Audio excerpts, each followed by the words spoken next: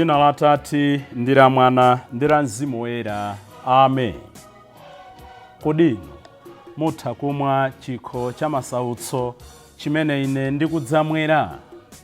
Ambuye Yesu lero pa 8 March chaka cha 2023 lomwe ndi lachitatu la Mulungu wa chiwiri wa nyengo ya Lent, akufuna aliyense ayankhe funso limeneli. Kodi inu mungathe kumwera chikho cha masautso?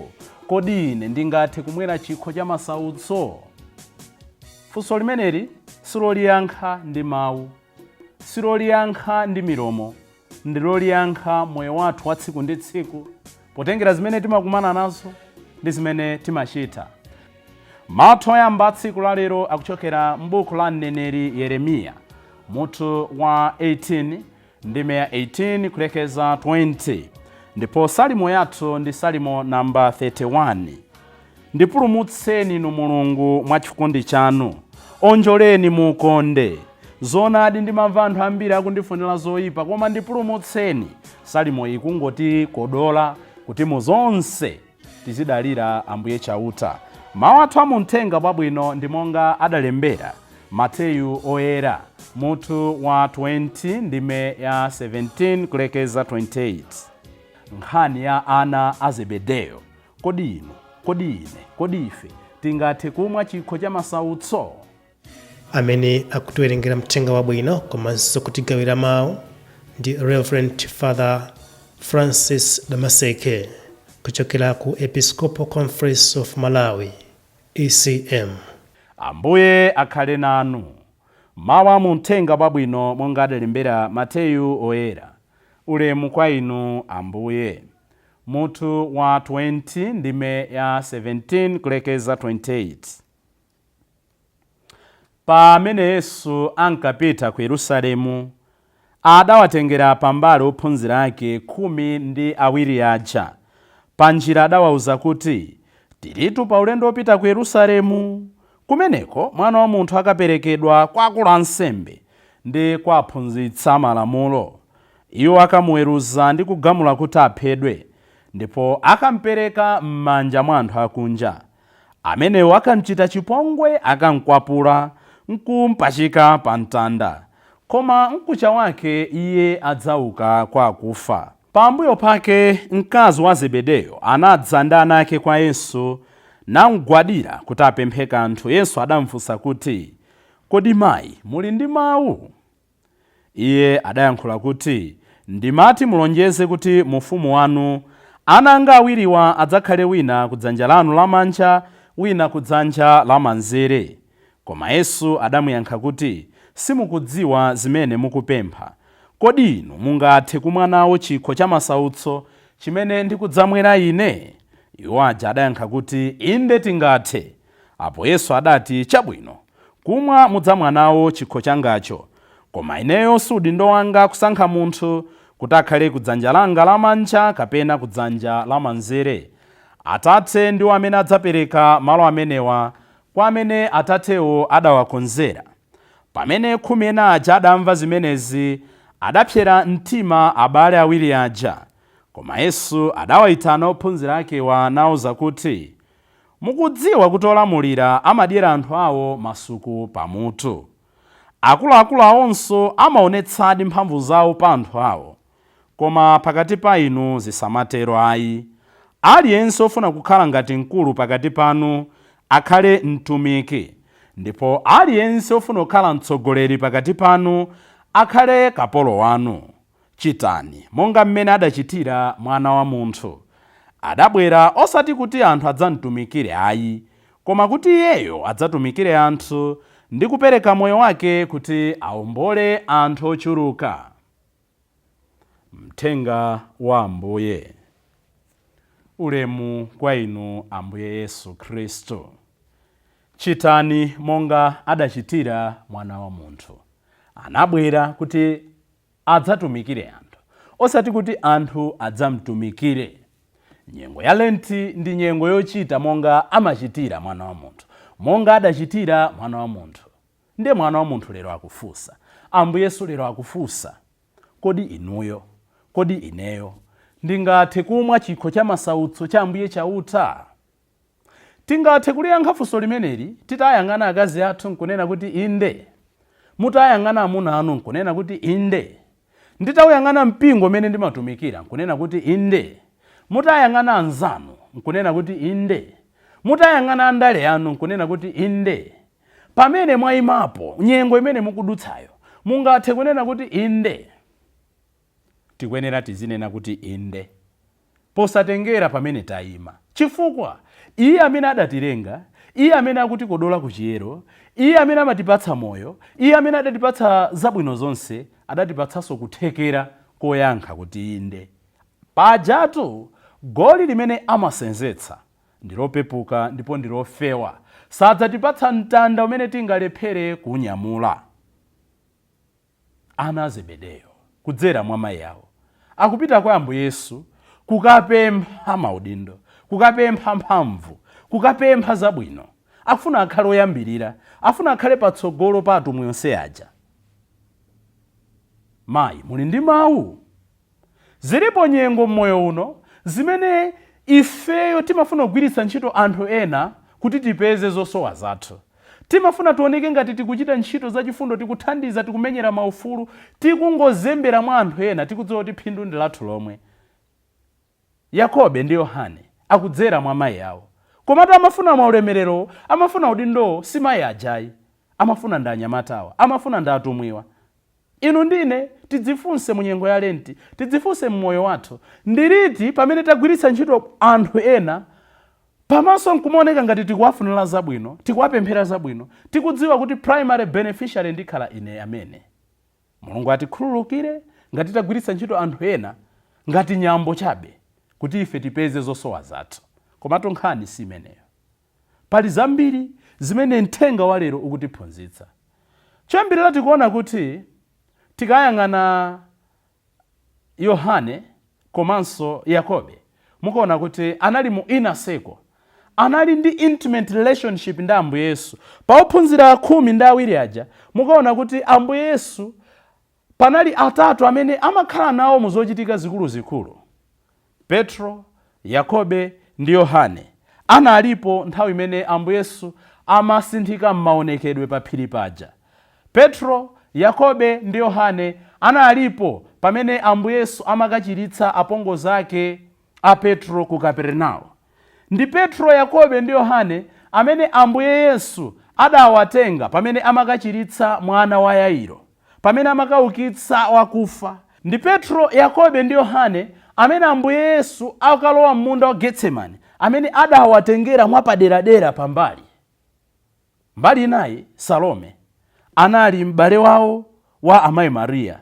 She was a sister to the Blessed Virgin Mary. Ndekuti Ambuye Yesu akayang'ana ana a Zebedeyo amaonamo azibale ake, chifukwa Salome amayi awo anyamatawa anali anti ake Ambuye Yesu. Titha kuona kuti chifukwa cha ubale umenewo it was very easy kunena kuti ufumu umenewo ukakhazikitsawo awo amene ali very close to Jesus alandire zabwino. Ambuye Yesu yankho lawo loyamba ndofuna kutionetsa kuti sanabwere kudzapanga promote maubale akuthupi, sanabwere kudzapanga promote kukondera, sanabwere kudzapanga promote anthu ena kuti akhale more equal than others. Nyengo ya Lenti ndi nyengo yofuna tonse tiyende step imodzi. Inde tili ndi maluso osiyanasiyana, tili ndi kuthekera kosiyanasiyana, koma pamaso pa Mulungu tonse ndife amtengo wapatali. Koma mbali inayi tasirire amayi ake a Yohane ndi Yakobe, chifukwa mmene amapempha kwa Ambuye Yesu ndekuti poyamba amaona Ambuye Yesu ogonjetsa. Chifukwa Ambuye Yesu anatangowauza kuti mwana wa munthu adzazunzika, mwana wa munthu adzakwapulidwa, mwana wa munthu adzaperekedwa, mwana wa munthu adzaphedwa, mwana wa munthu adzauka kwa akufa. Amadziwa kuti kuseri kwa zonsezo kuli triumph, kuli chipambano, kuli victory. Therefore ine ndikonzeretu kapasi kuti kamwamba kadzatsike. Amaona Ambuye Yesu ogonjetsa. Inde kutokhala kuti kupemphako kunali ndi ma elements ena osowekera polishing, osowekera enlightenment, koma amaonamo Ambuye Yesu ogonjetsa. Inu ndine tiziona Ambuye Yesu ogonjetsa. Tisamatope kumpempha china chilichonse, ngakhale tipemphe molakwika, iye azitikonza time and again. Ndipo nyengo yabwino yokonza mamvetsetsedwe a Ambuye Yesu ndi nyengo ino ya Lenti. Chachiwiri ndekuti tikuona kuti anali kupemphera nanga sikupemphera ndi gawo limodzi la kupempha. Inu ndine tiye tizipempha mwachikhulupiriro mwa Ambuye Yesu. Komano nkupempha kwathu kusiyana ndi Salome nkunena kuti chilichonse chimene tapempha chizikhala submitted to God's will. Kodi chimene tikupemphacho chili in tandem, chikugwirizana ndi kufuna kwa Mulungu. Nditha kumapempha lero ndikudwala, koma nkupempha kwangapo kuti ndichire, ndisamayiwale kunena kuti kufuna kwanu kuchitidwe. Nditha kumadutsa nyengo zowawa tsiku la lero ndikumafuna kuti moyo wanga upange improve, koma nkupempha kwangako ndisamayiwale kuti kufuna kwanu kuchitidwe. Mwina mupemphero la Salome munalibe maonena kuti kufuna kwanu kuchitidwe. Ambuye Yesu akufunsa lero, kodi mungathe kumwa chikho ichi chimene ine ndikudzamwera? Iwo aja anavomera, inde tingathe kudzamwa. Muone opempha ndi mayi, koma Ambuye Yesu akuyankha ophunzira aja, inuyo mungathe kudzamwa? Inde tingathe. Nde Ambuye Yesu akuti simukudziwa chimene mukupempha. Tayike pambali ana a Zebedeyo, tayike pambali mayi Zebedeyo. Lero Ambuye Yesu akuyankhula ndi inu ndi ine. Tikudziwa zimene timapempha. Mwachitsanzo tikamapemphera, amene mwapita ku nsembe ya misa tsiku la lero, amene tipite ku nsembe ya misa tsiku la lero, amene tipemphere pemphero la Atate athu tsiku la lero, timafika pena timanena kuti mutikhulukire ife zochimwa zathu. Kodi tikamapempha chonchija timadziwa chimene tikupempha? Tikamati mundikhulukire ine zochimwa zanga, ndimakhala ndikuzidziwa zochimwa zangazo? Ndimakhala ndazipanga list kuti Ambuye mundikhulukire ABCD, kapena ndimangoyankhula chifukwa kuti ndinazolowera? Atate athu muli mmwamba, dzina lanu liyeretsedwe, mundikhulukire ine zochimwa zanga. Ndimakhala ndikudziwa zimene ndifuna ndikhulukidwezo, ndipo ndimakayesetsa kuti ndizisiye. Mona kuti ambiri timangoneneramo.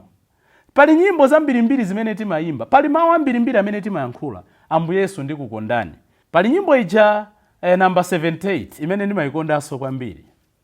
Ndikukondani Mulungu wanga Ambuye, ndikukondani Ambuye, Mbuye, sindikakonde kanthu kena Ambuye, koposa inu Ambuye. Ndikamayimba chonchija ndimakhala ndikuzindikira, ndikamati ndikuwakonda Ambuye, ndikuzindikira kuti ndikuwakonda pachani, ndikuwakonda munyengo yanji. Ambuye akunena kuti sitidziwa chimene tikupempha. Lero yakwana nthawi yonena kuti chilichonse kandi ndili mchechi ndikupemphera ndizizindikira zimene ndikupanga. Kandi ndikupereka mtuloja ndimazindikira kuti ndikupereka kwa Mulungu, kapena ndimangoti ndikupereka pamaso pa nsembe, pamaso pa akulu amphakati. Mukanyamula 20 kwacha ija ndikumavina, mumazindikira kuti mukupereka chani? Mumakhala mukupereka nsembe yanu. Timayimba Anania, Anania, Anania. Timakhala tikuzindikira chimene tikuchita. Pa nsembe ya misa timanena, wansembe amatiuza, abale pempherani kuti nsembe yanga ndi yanu. Eti munthu sanapereke kena kalikonse nkumayankha nawo, inda Ambuye ayilandire nsembe yake iti, wapereka chani? The point is, Ambuye Yesu akunena kuti simukudziwa chimene mukupempha. Nthawi zambiri sitimazindikira zimene tikupempha. Lent ndi nthawi yomazindikira chimene timapempha pamaso pa Mulungu. Ambuye Yesu sanadzudzule ana a Zebedeyo ajayi kuti mukupempheranji zimenezi, inu ndodzikonda, anzanu onse mwasiya. Ayi. Kumapeto akuwauza kuti inde chikhochi muzatha kumwa, koma opereka malo ndi Atate anga. Nchifukwa chani sanadzudzule? Chifukwa chonena kuti feeling yofuna kukhala opambana, feeling yofuna kukhala number 1 ndi yabwino.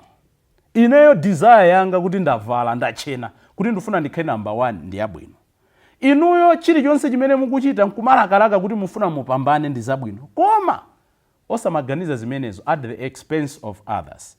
Musafune kupambana popondereza ena, musafune kupambana pokhapa ena, musafune kupambana kuti mukhaulitse ena. Nchifukwa chake mapeto azonse akuwauza kuti nzotheka kukhala number 1 koma pa zabwino. Don't pervert the feeling of being first. Don't pervert the feeling of excellence. Koma tidzifunse kuti tizipambana pachani, tizikhala number 1 pachani, pa ntchito za chifundo, pakukhululuka, pakuonetsa mtima wabwino, pakupikisana kuntumikira Mulungu. Zimenezo ndezofunika kukhala number 1. Ndinayamba ndi funso, ndimalizenso ndi funso. Kodi mungathe kumwa chikho ichi? Ambuye Yesu akufunsa funso limenelo. Nde ndinanena kuti tisakane ayi. Aliyense ayankhe inde atayang'ana amene amuzungulira. Chifukwa chikho chimene akutipatsa lero atokhala ana anu. Kodi mungathe kuwasamala ana anu? Ambuye akutero. Simunyanyala mpingo wanu? Ambuye akutero. Simulinyanyala banja lanu, simunyanyala unsembe, simulinyanyala dziko lanu, simunyanyala atsogoleri lanu. Upali maonena kuti chikho ichi tikepo zimene zili ma challenges athu, mitanda yathu mmoyo mwathu. Feeling yofuna kukhala patsogolo ndi yabwino, koma tikayigwiritsa ntchito moyenerera. Ambuye Yesu mutithandize lero tikhale odzichepetsa, tikhale otumikira wina ndi nzake, koposaposa tisakhumudwe nkulephera kwathu, koma tizikupemphani kuti mutithandize muzochitika zathu tizichita kufuna kwanu. Limene likhale pemphero lathu tsopano ndi pa nthawi zosatha. Dzina la Atate ndi la Mwana ndi la Mzimu Woyera. Amen.